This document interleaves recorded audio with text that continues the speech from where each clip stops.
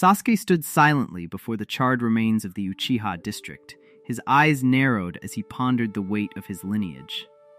"To restore the clan is my final mission," he whispered to himself, though the empty streets offered no response to his solemn vow. Kakashi appeared in a swirl of leaves, leaning casually against a stone wall while looking at his former student with a tilted head.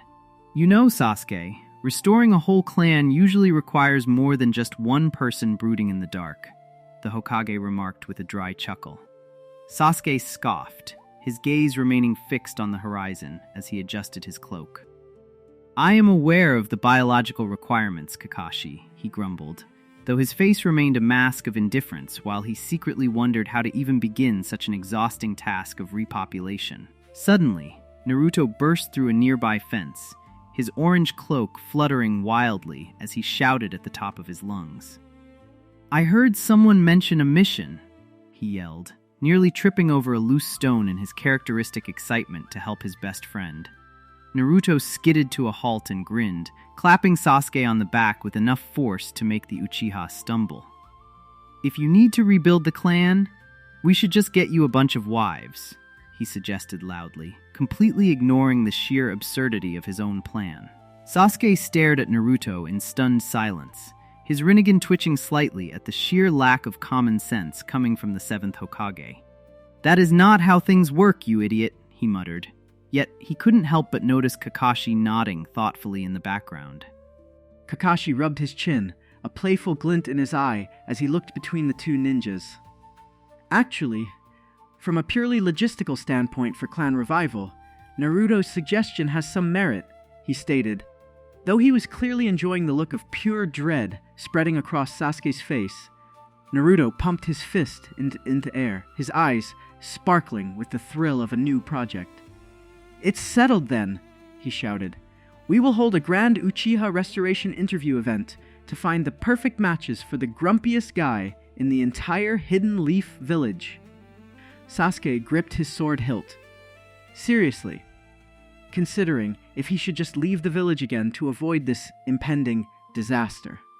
"I refuse to be part of a circus," he hissed, his voice trembling with a mix of anger and genuine social anxiety about talking to women. Before Sasuke could escape, Naruto pulled out a stack of blank flyers and a thick marker. "Don't be like that, Sasuke," he urged, already beginning to scribble a poorly drawn portrait of Sasuke under the words "Weaves Wanted" in giant, messy orange letters. Within an hour, the first flyer was posted on the village bulletin board, attracting a crowd of confused and excited villagers. "Is this for real?" one woman asked, while Sakura stood in the back, her face turning a deep shade of crimson as she read the text. Sakura's inner Sakura screamed in triumph, though on the outside she merely gripped her medical clipboard until it began to crack. "If anyone is going to be a wife, it's going to be me," she whispered, her eyes burning with a competitive fire that would terrify most jonin. Ino Yamanaka strolled up to the board, flicking her long ponytail with a confident smirk that immediately caught Sakura's attention. "Oh, Sakura, you're still thinking small," she teased. "Why settle for one when Sasuke clearly needs a whole council of beauty and brains?" The two women glared at each other, sparks practically flying between their eyes as the rivalry of their youth was instantly reignited by Naruto's ridiculous plan. "I'll show you who's better suited for the Uchiha name," Sakura growled, her medical training forgotten in favor of romantic war. Meanwhile, in his office, Kakashi was happily stamping official documents that legalized the Uchiha Restoration Act, laughing softly to himself. "This is the most entertainment I've had since the Fourth Great Ninja War ended," he told a very confused and silent guard standing nearby. Naruto had moved on to the next phase, setting up a long table in the middle of a training field under a banner that read Sasuke's Love Connection. He adjusted his Hokage hat and checked his watch, wondering why Sasuke was currently hiding on top of a tree. Sasuke sat perched on a high branch, his cloak wrapped tightly around him, like a protective cocoon as he glared down at the setup. I could just teleport to another dimension, he muttered. The Otsutsuki are less threatening than the social obligation Naruto is creating. Naruto looked up and spotted his friend, cupping his hands around his mouth to shout even louder. Come down here, Sasuke. The first candidate is arriving, and she looks like she's ready to start the restoration right now, he yelled, waving a frantic hand. Sasuke sighed, a sound of pure defeat, before disappearing in a flash of lightning and reappearing directly in the chair across from the table. One interview, he threatened, and if anyone mentions the word babies, I am using Amaterasu on this entire field. The first candidate stepped forward, and to Sasuke's surprise, it was Karin, who had literally run all the way from Orochimaru's hideout just for this. Sasuke-kun? She shrieked, her glasses reflecting the sun as she lunged toward him with terrifying, heart-eyed enthusiasm. Sasuke leaned back. So far, he nearly fell out of his chair, using his one arm to keep Karin at a distance. Karin, stop it! This is supposed to be a formal interview for the clan's future, not a wrestling match, he barked, his face turning pale. Naruto took notes on a clipboard, his expression surprisingly serious as he scribbled. Contingent one, highly motivated, has red hair for Uzumaki genes, but lacks boundaries, he murmured. While Karin tried to bite Sasuke's arm to check if his chakra still tasted like spice. Sakura arrived next, pushing Karin aside with a polite but forceful shove that sent the red-haired girl spinning into the grass. Step aside. Temporary interest? Sakura said sweetly, before sitting down and placing a perfectly organized 5-year plan for the Uchiha Restoration on the table. Sasuke blinked as he looked at the charts Sakura had prepared, which included projected population growth and even color-coded house layouts. Sakura, why do you have a spreadsheet for our potential children's ninja academy grades? He asked, his voice cracking with genuine concern for her sanity. Sakura merely smiled, a terrifyingly bright expression that signaled she had been thinking about this since she was 12 years old. Efficiency is key to a strong clan. Sasuke-kun, she explained, her voice as smooth as silk while she ignored Naruto's impressed whistling from the side. Ino pushed her way into the scene, carrying a giant bouquet of flowers that smelled like a perfume factory exploded. Don't listen to her, Sasuke, she shouted. What the Uchiha need is style and political influence, which only the Yamanaka family can provide. The interview quickly devolved into a 3-way argument between Sakura, Ino, and a recovering Karin, while Sasuke sat in the middle, feeling like a piece of meat at a hungry lion's convention. I hate this, he whispered, closing his eyes and wishing for a mission into desert. Naruto stood up on the table, trying to regain control of the chaos by blowing a loud whistle.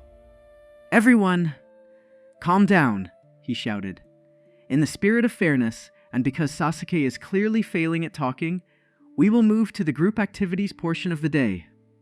Sasuke looked up, suspicious of Naruto's definition of activities. What kind of activities? He asked, his hand drifting toward his sword again as he saw Naruto pulling out a box of aprons and several bags of flour from under the table.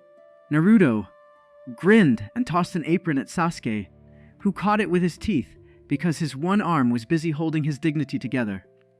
Cooking, Naruto announced, because nothing says great wife like being able to feed a growing clan of hungry Uchiha. The first task was to bake a cake, which immediately became a battlefield of flour and sugar. Sakura was using her chakra-enhanced strength to knead the dough, which resulted in the entire table shattering into 1,000,000 pieces under her overwhelming power. Ino was trying to use her mind transfer jutsu to make Sasuke help her, but he simply activated his Sharingan and sent her consciousness flying back into her own body with a headache. Don't try your parlor tricks on me, Ino, he grumbled, wiping flour off his cheek. Karin had given up on the cake entirely and was currently trying to carve a sculpture of Sasuke out of a block of butter. "It's a masterpiece," she cried, even though it looked more like a melting blob with a spiky hair accessory. Hinata walked by, carrying a basket of laundry, and stopped to stare at the absolute disaster occurring in the training field. Naruto-kun? What exactly is happening to Sasuke-kun?" she asked softly, her eyes wide with a mix of pity and confusion. Naruto ran over to Hinata and grabbed her hand, his eyes shining with a sudden, brilliant idea. "Hinata, you have to join. Sasuke needs someone who isn't trying to destroy the furniture or carve him out of dairy products," he pleaded. Hinata's face turned bright red as she looked at Sasuke, who was currently covered in flour and holding a spatula like it was a weapon of war. I don't think I should interfere with the Uchiha Restoration," she stammered, poking her fingers together nervously. Sasuke looked at Hinata, and for a brief moment, he felt a sense of peace compared to the screaming match behind him. "At least she's quiet," he muttered to himself, which Naruto took as a ringing endorsement and immediately added her to the list. The scene was interrupted by a dark, slithering sound as Orochimaru appeared from the ground like a snake rising from its burrow. "Did someone say Uchiha Restoration?" The Sannin hissed, his long tongue flicking out in a way that made everyone extremely uncomfortable. Sasuke's hand immediately went to his sword. "Orochimaru, if you are here to offer your weird science experiments for this, I will end you right now," he threatened, his voice dropping into a dangerous, low register that usually meant business. Orochimaru let out a high-pitched, creepy giggle and waved a pale hand dismissively. "Oh, Sasuke-kun? I merely have a few genetic modifications that could ensure every single child has a perfect Susanoo by age 3, he offered, producing a glowing test tube. Naruto quickly tackled Orochimaru, pinning the Snake Man to the ground before he could ruin the wholesome marriage event with forbidden jutsu. "No science. This is about love and romance, you creepy snake guy," Naruto yelled, sitting on Orochimaru's back. Temari arrived shortly after, having been sent by the Sand Village to deliver a scroll, and she stopped dead when she saw the Wives Wanted banner. "What in the name of the 5 Kage is going on here?" she asked, her voice dripping with judgment. Naruto jumped up, ignoring the groaning Orochimaru under him. "Temari! Just in time. Sasuke needs a wife who can handle his attitude, and you're the toughest woman I know," he shouted, completely forgetting that she was basically family through Shikamaru. Temari reached for her fan, her eyes narrowing as she looked at Sasuke, who just shrugged as if to say he had no control over Naruto's brain. "I should blow this entire field to the land of iron just for the insult," she muttered darkly. However, the competitive spirit of the other women flared up again. Sakura stepped forward and pointed a finger at Temari. "Oh? Think you're too good for the Uchiha clan? Or are you just afraid you can't compete with Konoha's best?" she challenged. Temari stopped, a slow, dangerous smile spreading across her face as she let go of her fan strap. "Compete? I don't compete, little girl. I win," she stated, suddenly deciding to join just to prove she was the most capable woman there. Sasuke put his face in his hand, his fingers digging into his forehead. "Now I have a desert general, a medic, a mind reader, and a scientist's assistant, all trying to marry me. This is my punishment for the revolution, isn't it?" he whispered to the grass. Naruto clapped his hands together, ignoring Sasuke's suffering. "Great! Now that we have our finalists, it's time for the ultimate challenge. The shared domestic life simulation," he announced, pulling out a set of keys to several small apartments. The simulation involved Sasuke spending 1 hour in a small room with each candidate to see how they handled domestic bliss. The first hour was with Karin, who immediately started trying to decorate the room with photos of Sasuke she had hidden in her cloak. Sasuke watched as Karin glued a picture of his teenage self to the ceiling. "Karin, why do you have a photo of me from the time I tried to kill you?" he asked, his voice flat, with a mix of confusion and genuine fear. Karin just giggled and blushed, ignoring the logic entirely. "It's a vintage look, Sasuke-kun. It captures your rebellious phase," she squealed, before trying to feed him a homemade rice ball that was shaped like a heart and far too salty. The next hour was with Ino, who had spent the entire time rearranging the furniture according to feng shui and complaining about Sasuke's lack of a sense of style. "If we're going to have 10 kids, we need a better rug," she declared. Sasuke just blinked at her. 10. Why do you need 10? "A clan only needs a few members to be restored," he argued, but Ino just waved him off, already looking at curtain samples she had brought in a scroll. When it was Sakura's turn, she didn't talk about furniture or photos. Instead, she spent the entire hour checking Sasuke's blood pressure and pulse, making sure he was physically optimized for the task of fatherhood. "Your stress levels are too high, Sasuke-kun," she fretted. Sasuke sighed as she wrapped a blood pressure cuff around his arm. "My stress levels are high because I am being interviewed by 4 different women who want to populate a village with my DNA, Sakura," he pointed out, quite reasonably. Sakura just hummed a little tune, her diamond seals glowing faintly. "Don't worry, I'll prescribe you some meditation and a very strict diet of Uchiha strengthening vegetables," she said, her tone suggesting that refusal was not an option. Temari's hour was the most productive. She spent the entire time making Sasuke clean the windows with his Susanoo's ribcage. "If you can't maintain a house, you can't maintain a clan," she yelled, pointing at a smudge he missed. Sasuke found himself actually scrubbing the glass, his Rinnegan glowing with the sheer effort of not just blowing the building up. "I am a god-tier shinobi," he whispered to himself. "I killed a literal goddess, and now I am doing chores for a sand ninja." Finally, the day was drawing to a close, and Naruto gathered everyone together for the final results. He stood on a podium made of earth jutsu, looking out over the exhausted candidates and the nearly catatonic Sasuke.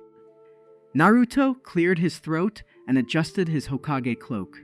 "After much deliberation and a lot of very weird notes, I have decided that the best way to restore the Uchiha clan is for Sasuke to marry all of you," he shouted with a giant grin. The silence that followed was so heavy it felt like a gravity jutsu. Sasuke slowly looked up, his eyes turning into Mangekyo Sharingan out of pure reflex. You did what?" he asked, his voice a dangerous whisper that sent a chill through the air.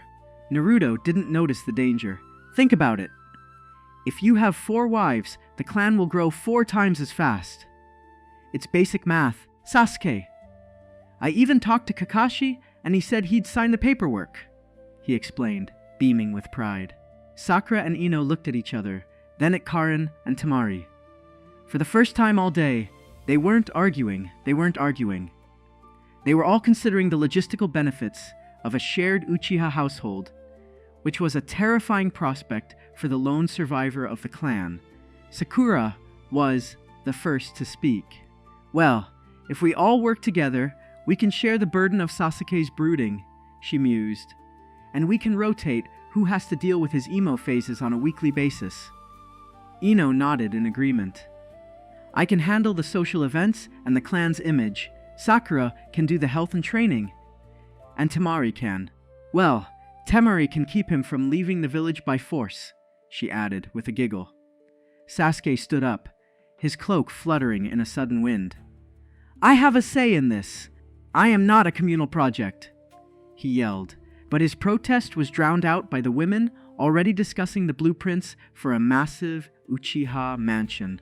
Naruto hopped down from his pillar and patted Sasuke on the shoulder. "See? Everyone is happy. Now we just need to plan the world's biggest wedding. Or four weddings. Maybe one big one with 4 aisles?" he wondered aloud. Sasuke looked at Naruto with a look of pure betrayal.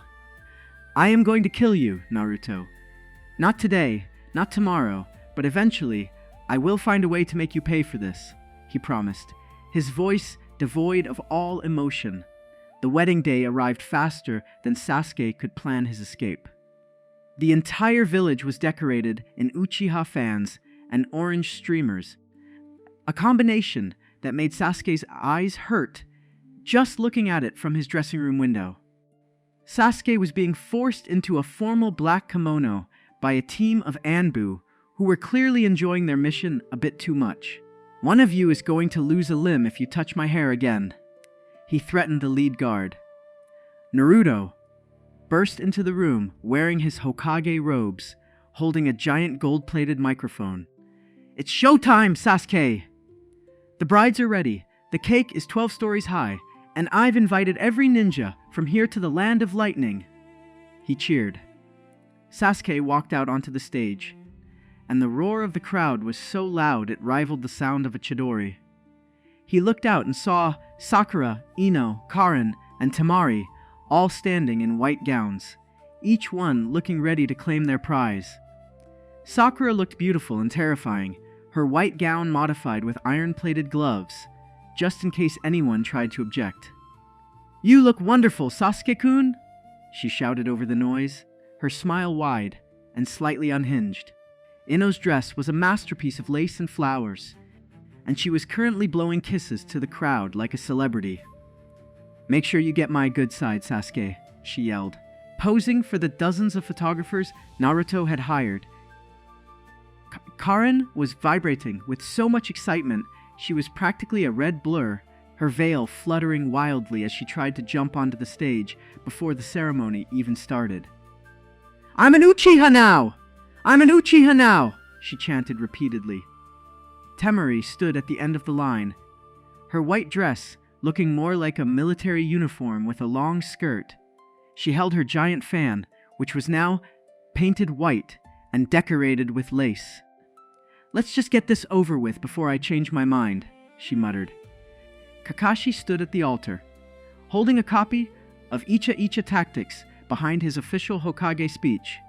By the power vested in me by the Land of Fire and my own personal desire to see how this disaster ends, I now pronounce you a very complicated family, he announced. The crowd erupted in cheers as Naruto shot off thousands of orange and red fireworks into the sky. Sasuke just stood there, his eyes vacant, wondering if he could use his Rinnegan to swap places with a random villager in the back row. 5 years later, the Hidden Leaf village had changed. The once quiet Uchiha district was now the loudest place in the Land of Fire, filled with the sounds of screaming children and exploding practice targets. Sasuke was sitting on his porch, his hair significantly messier than it used to be. He was currently holding 3 babies with his Susanoo skeletal hands, while his actual arm was busy trying to stop a toddler from eating a kunai. Sakura walked out, carrying a tray of healthy snacks. Sasuke-kun, don't let the twins play with their Sharingan yet. They'll get a headache, she called out.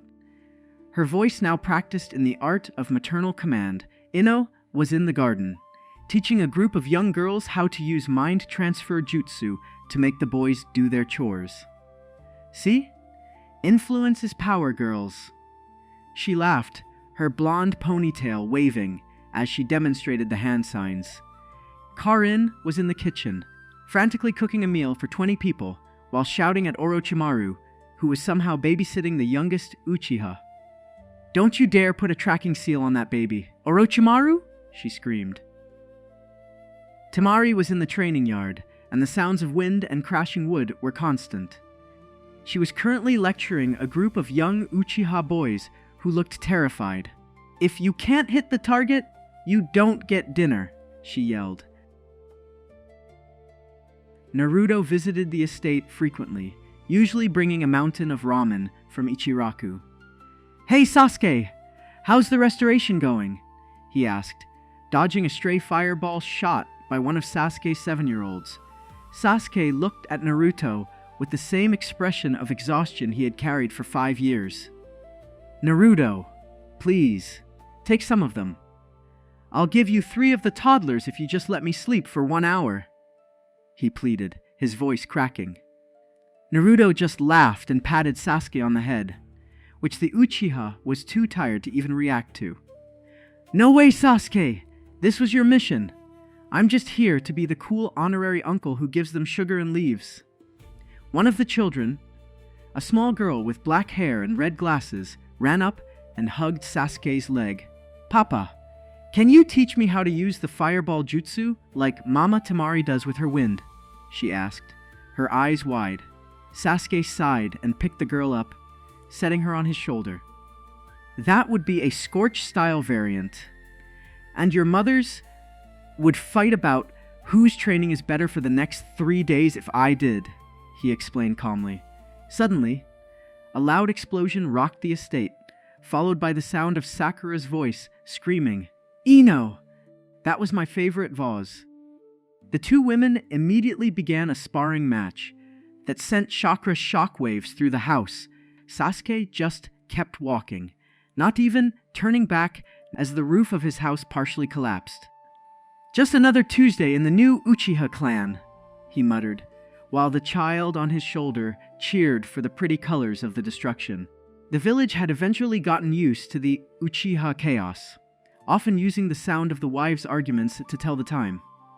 If there was a sonic boom at noon, it meant Sakura and Temari were disagreeing about lunch again. One day, Sasuke decided he needed a break and tried to sneak out for a solo mission to investigate some ancient ruins. He didn't even get past the front gate before 4 different sets of eyes were staring him down from the wall. Sakura crossed her arms, her diamond seal glowing. "And where do you think you're going without the diaper bag and the 3 toddlers who haven't had their naps yet?" she asked, her voice dangerously sweet and filled with authority.